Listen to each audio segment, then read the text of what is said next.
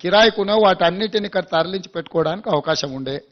ఒకవేళ ఇది మీకు అచ్చి రాలే, దీన్ని ఏ ప్రభుత్వ ఆసుపత్రిగానో మార్చి కొత్త ఖాళీ జగాలో ఈ సచివాలయాన్ని కట్టినుంటే ఇది ఉపయోగపడుతుండే, అది ఉపయోగపడుతుండే. ఇక్కడ అన్ని రకాల వసతులతో ఉన్న భవనాలను కూలగొట్టి కొత్తటి కట్టి ఆస్తి సృష్టించినమంటారు. అక్కడ కూడా ఉన్న భవనాలన్నీ కూలగొట్టి కట్టిండ్రు.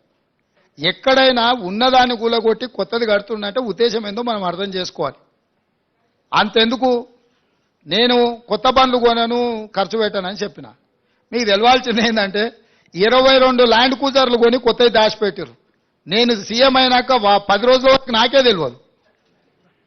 నేను పాత బండ్లు ఏదో అడ్జస్ట్ చేసి అన్ని రిపేర్లు చేయండి, చూసి ఇచ్చేయండి అని నేను చెప్తుంటే చిన్న ఒక అధికారి వచ్చి షోలో చెప్తున్నాడు, సార్ పోయినసారి 22 ల్యాండ్ క్రూజర్లు కొన్నాడు, అన్ని విజయవాడలో దాచిపెట్టినాం సార్, కొత్త ప్రభుత్వం ప్రమాణ స్వీకారం చేయగానే అన్ని తెద్దాం అనుకున్నాం.